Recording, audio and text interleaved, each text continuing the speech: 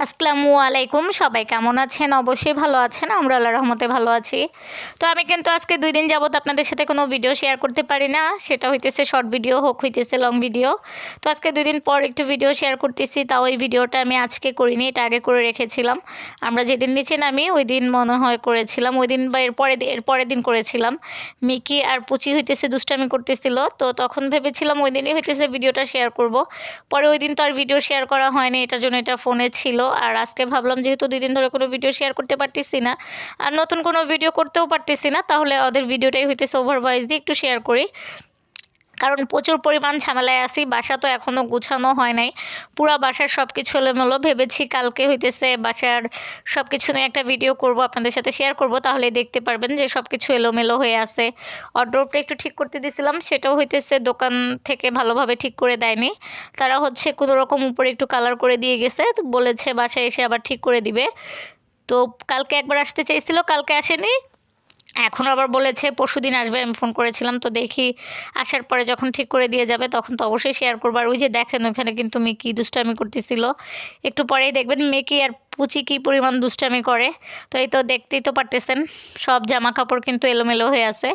তো আমি হইতেছি তারপরও যতটুকু পারছি গুছায়া কোনো রকম একটু আলমারির ভিতরে রেখেছি, কারণ আলমারিটা পিছন দিয়ে পুরাই ভেঙে গেছে। আমি হইতেছি একটু হালকা করে কস্টিপ দিয়ে মানে কোনো রকম একটু ঠিক করে রেখেছি, যেন পরে সমস্যা না হয়, আবার ইঁদুর না ঢুকে। ইঁদুরও হয়ে গেছে কিন্তু বাসায় প্রচুর পরিমাণ এটার জন্য।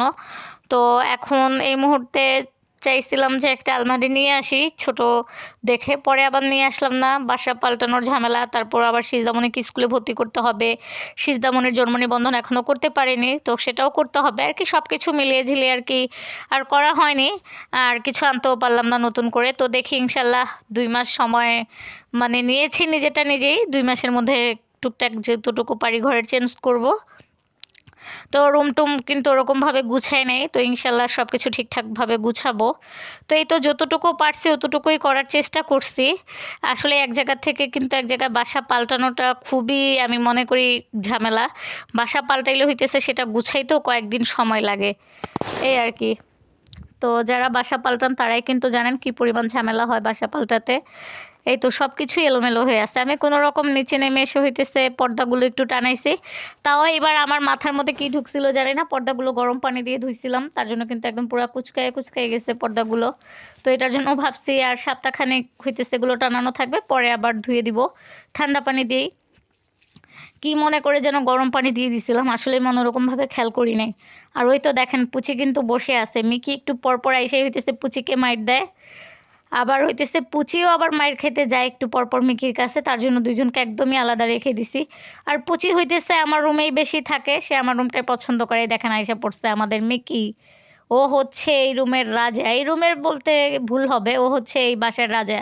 মানে সবাই হইতেছে মিকিকে ভয় পায়, কারণ মিকির প্রচুর পরিমাণ রাগ, সে হইতেছে কিছু হইলেই খুব রাইগা যায়। আমি কিন্তু আমার এই বিড়াল নিয়ে 24টা বিড়াল পালছি, তবে সব থেকে দুষ্টু হইতেছে এই যে এই মিকির মতো দুষ্টু বিড়াল আমি একটাও আর পালি নাই। সে দেখছেন আমার পুচিকে কিভাবে মারে, একটু পর পর সেই মারে। তো আমরা কিন্তু মিকিকে বেশিরভাগ হইতেছে বাইধা রাখি, কারণ যেহেতু আমরা নিচতলায় থাকি আর এখন পর্যন্ত নিচে নেমে বারান্দায় নেট লাগাই নাই, কারণ আমার বাসার সামনে কিন্তু প্রচুর পরিমাণ কুকুর। আমি এর আগেও অনেক ভিডিওতে বলেছি যে কুকুররা কিন্তু আমার অনেকগুলো বিড়াল মেরে ফেলছে, ওরা কামড় দিয়ে হইতেছে বিড়াল মেরে ফেলে। তো এটার জন্য আমি আমার কোনো বিড়ালই বাহিরে যেতে দিই না, আগে অনেকগুলো এরকম করে কামড় দিয়ে পরে মেরে ফেলছে, ডাক্তার দেখাইছি তারপরও সুস্থ হয় নাই। তাও আমি এখন চাইতেছি না আবার আমার মিকি বাহিরে যাক, আমার মিকিকেও হইতেছে কামড় দেখ, কারণ এই কুকুরগুলো একদমই কেমন জানি, ওরা হইতেছে মানুষ দেখলেও ভেউ ভেউ করে, আর বিড়াল দেখলে তো কোনো কথাই নাই, ধৈরার সাথে সাথে মেরে ফেলে। তো ইনশাল্লাহ নেটগুলো লাগাই ফেলবো 2-1 দিনের মধ্যে, সব কিছু এলোমেলো। তো তো নেট হইতেছে আমার 2 ভাগে ভাগ করা। আমি প্রথম বুঝতে পারিনি নেট কতটুকু আনবো, পরে গিয়ে আবার আরেকটু নিয়ে আসছিলাম, তো অর্ধেক আমার কাছে আছে, অর্ধেক হইতেছে বাসা পাল্টায় কোথায় যেন রাখছি, এখনও খুঁজে পাইতেছি না। তার জন্য ভাবছি কালকে ভালোভাবে খুঁজে বের করে আগে নেটটা লাগাই ফেলবো, কারণ বিড়াল বাহিরে চলে গেলে এটা হইতেছে একদম সব থেকে একটা বড় রিস্কের ব্যাপার, গেলেই হইতেছে ওদেরকে কামড় দিবে। আর আমাদের বাসার বারান্দার সামনে মানে আমার ছোট বারান্দার সামনে যেখানে মাঠ আছে, মাঠে হইতেছে কতগুলো কুকুরের বাচ্চা এনে ছেড়ে দিছে, তো ওগুলো আসার পর দেখি প্রতিদিন আরও বেশি ভেউ ভেউ করতে থাকে। তো কখন আবার দেখা যায় বিড়াল বাহিরে যাবে, বিড়ালকে কামড় দিবে, এটার জন্য বিড়ালগুলোকে একটু সাবধানেই রাখতে হয়। আর পুচিকে কিন্তু বাইধা রাখি না, পুচি হইতেছে এভাবে খোলাই থাকে, তবে মিকিকে হইতেছে বাইধা রাখতে হয়, কারণ মিকি হইতেছে বাহিরে চলে যায় যদি চান্স পায় তার জন্য। তো এখন হইতেছে একটু গলা থেকে সেই রশিটা ছেড়ে দিছে আমার ছোট ভাই, ও আসলেই হইতেছে মিকিকে ছেড়ে দেয়। ওই দিন একবার ছেড়ে দিছিল, মিকি বাহিরে চলে গেছিলো, খুব কষ্ট করে হচ্ছে মিকিকে খুঁজে পেয়েছি আমরা। মিকি অন্য বাসায় চলে গেছিলো, তার জন্য এখন আর ওকে ছাড়ি না।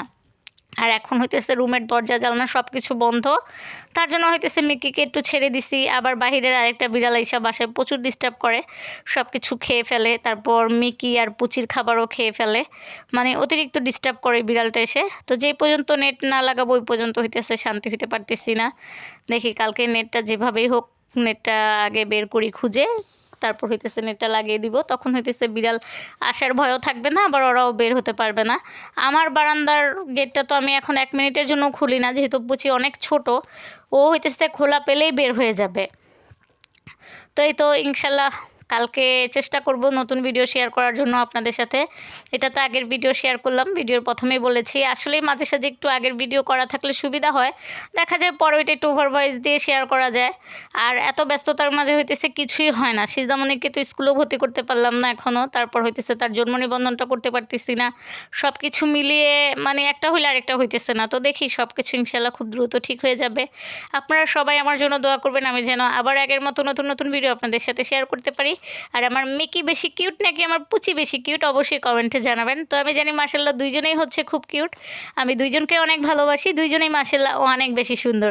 তবে আপনাদের কাছে কাকে বেশি ভালো লাগে সেটা জানাবেন। দেখেন দুইজন কী পরিমাণ দুষ্টু আর কী পরিমাণ মারামারি করে, ওদের মারামারি দেখতেও ভালো লাগে আমার কাছে। তারপরও তো মারামারি করে দেখে একটু আলাদা রেখে দেই দুজনকে। তো এই তো আমার আজকের ভিডিও তো এটুকুই ছিল, সেই পর্যন্ত সবাই ভালো থাকুন, সুস্থ থাকুন, আল্লাহ হাফেজ।